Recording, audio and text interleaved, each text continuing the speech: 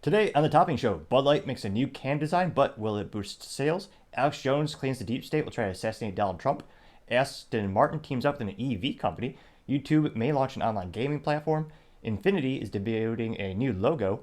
IBM to buy Aptio for $4.6 billion. Ron DeSantis is embracing mainstream media. Ex-Navy SEAL is running for Montana Senate. And Lordstown Motors is currently filing for bankruptcy. All that and much more on The Topping Show.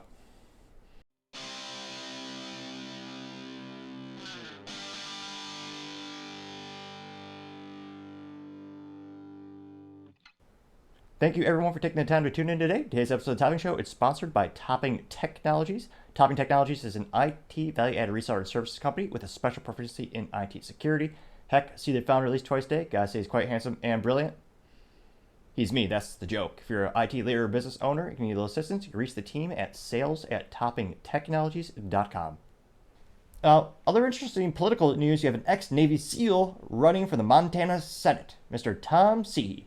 Now, Tom noted that, people asked, of course, why are you running? Which, it'd be kind of funny if someone just said, because I wanted to, or I think I can.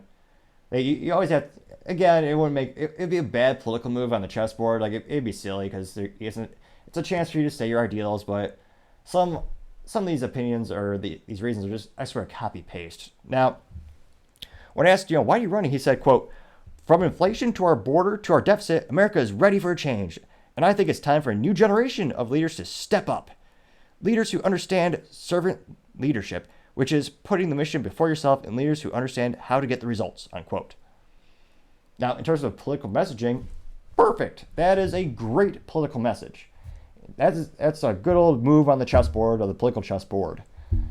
And if I sound pessimistic, it's just because I've heard this so many times. Every nominee, especially on the Republican side of the aisle, they'll say the same thing. We're tired of these things. We need to fix them. And even when they get the power, when Trump was president, Republicans had the House, the Senate, and the presidency. But I know you might be able to blame the rhinos, which is a pejorative term, the Republican in name only. They didn't pass a single pro-gun legislation. Which, again, if you're Republican, that's a big issue that drives people to the Republican Party. It's kind of a de facto win for them because, politically speaking, Democrats want to ban them. And that's not a superlative or hyperbole. I mean, Biden and I believe as well Kamala, they were saying they want to ban a specific gun because it's black and it's an AR-15, it's semi-automatic. Have we had semi-automatic guns for over 100 years? Yes, we have. But it's one of those things where he's saying the right things. I want to believe him. Although I'm not in Montana, I can't vote for him. But he has a couple positive things going from him. He's a veteran, so he gets a plus there. Anyone who serves our country, I'm grateful for. They've done more than many have, and I'm gracious for their service. He's also an entrepreneur. He owns a company by the name of Arrow Firefighting Company. Now, his current bid is to unseat the current Democrat senator by the name of John Tester. And again, when he asked, why are you doing so, he noted that, quote, "Americans are underrepresented. They're tired of government that they feel isn't working for them," unquote. Which, again, absolutely, yes, that's correct. But it's one of those things where if they follow through on it, how much can they get done? Ted Cruz, famously, he campaigned with the same political ideal, which it worked. He got elected. I believe it was it wasn't an overwhelming majority margin of victory, but he got in there, and even he admitted there's a lot of rhinos, and there's a lot of reasons he can't get things passed. But at the end of the day, those are just excuses. What you need, in order to really affect change, you need to elect many of these people. And perhaps I'm jaded just because I don't see a lot of the things that they promulgate come up for. Ted Cruz has done a couple good things on the Second Amendment side, or topic, so to say.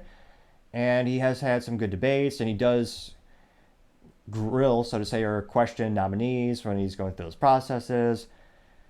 But time shall tell if they can really affect change. I hope they can, because I think a lot of people agree we do need a change. Now, Montana is already being watched pretty close for the Senate races next year, along with the races over in Arizona and West Virginia.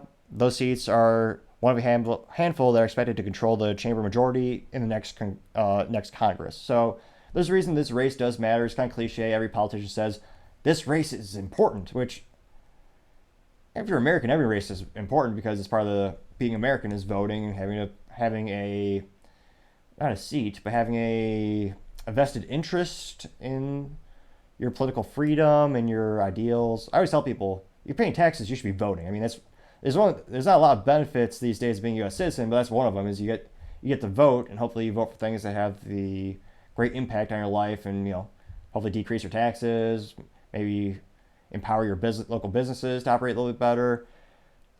And time shall tell, but I mean, currently right now we'll see how Tim does. And again, it's always great to have competition. That's make people fight for your vote. I mean, that's one of the greatest things about it. And just like businesses, when there's more and more businesses, they have to fight to earn your business. Politics is pretty darn much the same thing. Thank you everyone for taking the time to tune in. Cannot thank you enough for taking time to like, subscribe, and comment. Each one of those things greatly help out the video. Trying to get up to 3,000 subscribers this month. It's going to be a big milestone, and can't thank you enough for supporting us. Also, don't forget to tell your family, tell your friends, tell your coworkers, heck, tell your enemies, tell anyone and everyone. Just stay safe and fight the good fight.